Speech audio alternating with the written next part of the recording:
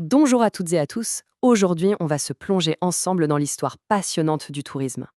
Alors bonjour, voici une vidéo pour réviser votre chapitre de tourisme et territoire du BTS Tourisme. Pour bien comprendre toute cette évolution, on va se poser une question centrale, une question qui va nous guider tout du long. Comment le tourisme, qui était au départ une pratique réservée à une toute petite élite, est-il devenu un phénomène mondial? C'est le voyage qu'on va faire ensemble maintenant. Allez, on remonte le temps, et pas qu'un peu. Notre voyage à nous, il commence dans l'Antiquité. C'est là-bas, chez les Grecs et les Romains, qu'on trouve les toutes premières graines de ce qu'on appelle aujourd'hui le tourisme. Le mot à retenir de cette époque, c'est otium. Pour les élites romaines, l'otium, c'était ce temps précieux, complètement libéré des obligations. Un temps dédié uniquement aux loisirs et au plaisir. Finalement, c'est la combinaison de deux ingrédients qui n'ont pas changé depuis. Avoir du temps libre et avoir l'argent pour en profiter. C'est la base de tout. Et qu'est-ce qu'il faisait avec ce temps et cet argent? Eh bien, il fuyait la chaleur et le bruit de Rome en été. Et pour ça, il se faisait construire de magnifiques demeures, des villas, à la campagne ou au bord de la mer. Et oui, ils ont tout simplement inventé le concept de résidence secondaire. Mais attention, il n'y avait pas que le farniente dans la vie. On voyageait aussi pour des raisons religieuses, par exemple pour aller voir les Jeux Olympiques, ou alors par pure soif de connaissances. Prenez un personnage comme Hérodote.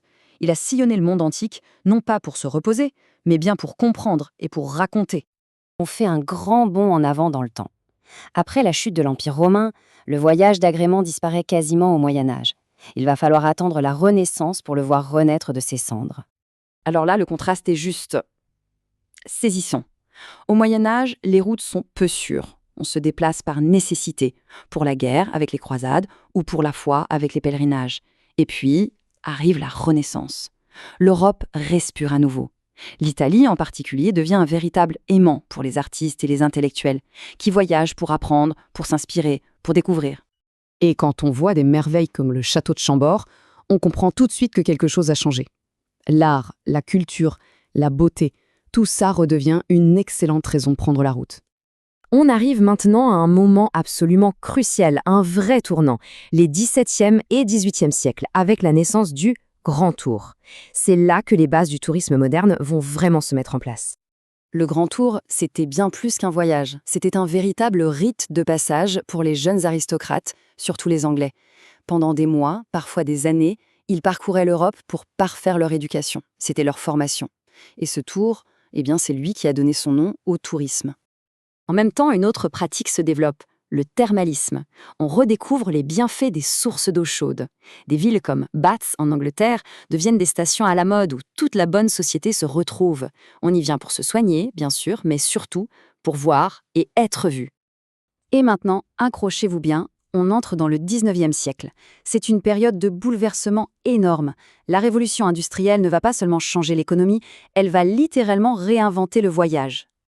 La révolution dans la révolution, c'est celle des transports. Avec la machine à vapeur, on invente le train, les bateaux à vapeur. D'un coup, voyager devient plus rapide, plus sûr et beaucoup plus confortable.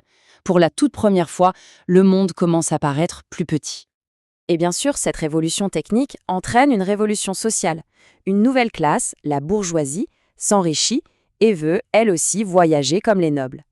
C'est l'âge d'or de stations comme Nice ou Deauville. Le tourisme devient une industrie. Thomas Cook crée la première agence de voyage et les premiers guides, comme le fameux guide Michelin, font leur apparition. Allez, dernier grand saut dans le temps, on arrive au XXe siècle, l'ère qui va faire passer le tourisme d'une pratique de riches à un phénomène de masse planétaire. En un mot, c'est l'histoire de sa démocratisation. Et là, tout s'accélère à une vitesse folle. En 1936, c'est une révolution. Les premiers congés payés en France. Les ouvriers ont enfin le droit de partir en vacances.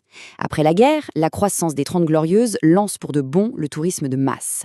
Dans les années 70, l'avion devient accessible. Et enfin, les années 2000, avec Internet et les vols low cost, c'est la donne qui change complètement.